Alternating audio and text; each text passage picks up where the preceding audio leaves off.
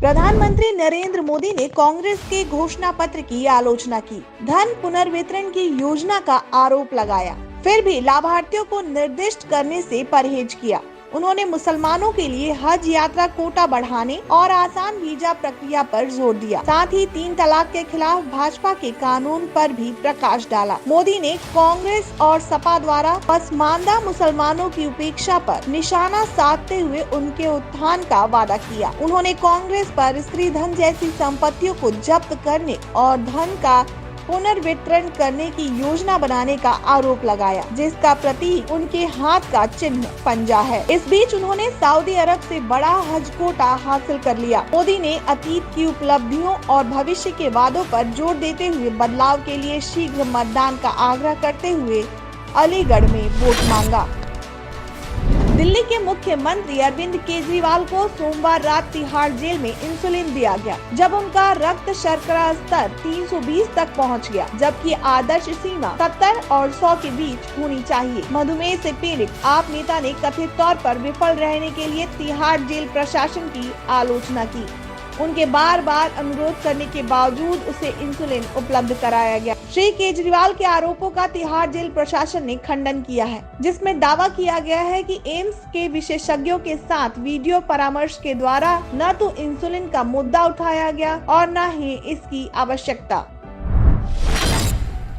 कर्नाटक के मंत्री संतोष लाड, इन्होंने कहा कि अगर एक हिंदू को दूसरा हिंदू मारता है तो बीजेपी को कोई परेशानी नहीं होती। अप्रैल को हुबली में मीडिया कर्मियों से बात करते हुए उन्होंने कहा कि अगर एक हिंदू को दूसरे हिंदू द्वारा मार दिया जाता है तो उन्हें कोई परेशानी नहीं होती, लेकिन अगर कोई मुस्लिम किसी हिंदू को मारता है तो यह उनके लिए त्योहार जैसा है। नेहा हिरेमठ की हत्या भी उनके लिए एक उत्सव की तरह है, क्योंकि वे इस अपराध में एक राजनीतिक अवसर देखते हैं। 22 अप्रैल को हुबली में मीडिया कर्मियों से बात करते हुए उन्होंने कहा कि अगर एक हिंदू को दूसरे हिंदू द्वारा मार दिया जाता है तो उन्हें कोई परेशानी नहीं होती, लेकिन अगर कोई मुस्लिम किसी हिंदू को मारता है तो यह उनके लिए त्योहार जैसा है।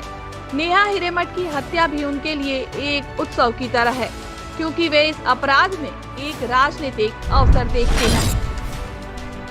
एक नेता ने 17 अप्रैल को कहा, यहाँ राजपूतों ने एक महापंचायत आयोजित की और पार्टी टिकट वितरण में समुदाय की कथित रूप से उपेक्षा करने के लिए मुजफ्फरनगर, कैराना और सहारनपुर लोकसभा क्षेत्रों में भाजपा उम्मीदवारों का बहिष्कार करने का फैसला किया। किसान मजदूर संगठन के राष्ट्रीय अध्यक्ष और क्षेत्र के एक प्रमुख राजपूत नेता ठाकुर पूरन सिंह के द्वारा 16 अप्रैल को खेड़ा क्षेत्र में महापंचायत बुलाई गई थी। इसमें मुजफ्फरनगर निर्वाचन क्षेत्र में फैले 24 राजपूत समुदाय और आसपास के जिलों के अन्य राजपूत समुदायों ने बढ़ चढ़कर हिस्सा लिया।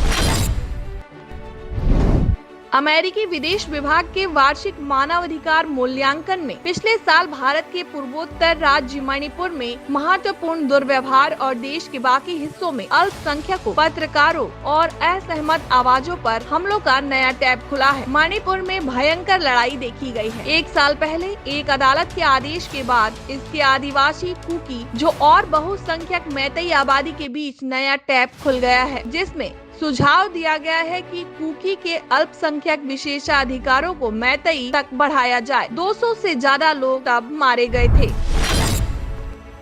रविवार को प्रधानमंत्री नरेंद्र मोदी ने राजस्थान में एक सार्वजनिक बैठक में कई विवादित बयान दे दिए।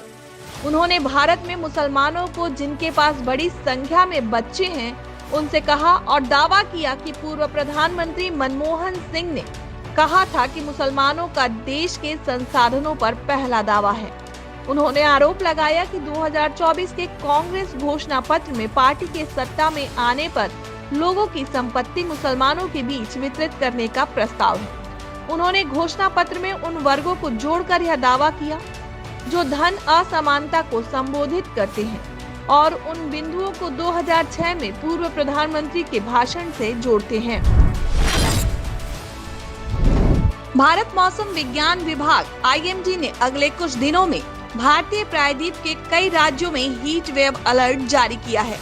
मौसम विभाग ने कई पूर्वोत्तर राज्यों में भी बारिश की भविष्यवाणी की है। आईएमडी के अनुसार अगले 4 दिनों में पश्चिम बंगाल के अलग अलग हिस्सों में भीषण गर्मी की स्थिति बनी रहने की संभावना है।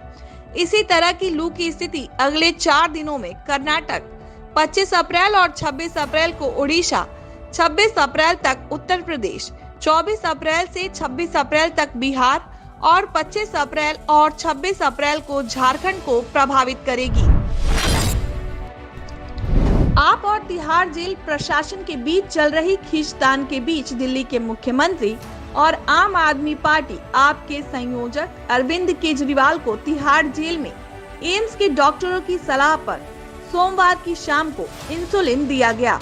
एएनआई ने तिहाड़ के अधिकारियों के हवाले से बताया कि कल दिल्ली के सीएम अरविंद केजरीवाल को तिहाड़ जेल में कम खुराक वाली इंसुलिन दी गई। कल उनका शुगर लेवल 217 था। एम्स टीम ने कहा था कि लेवल 200 पार होने पर उन्हें कम खुराक वाली इंसुलिन दी जा सकती है। लोकसभा चुनाव 2024 के दूसरे चरण में मतदान में बस कुछ ही दिन बचे हैं।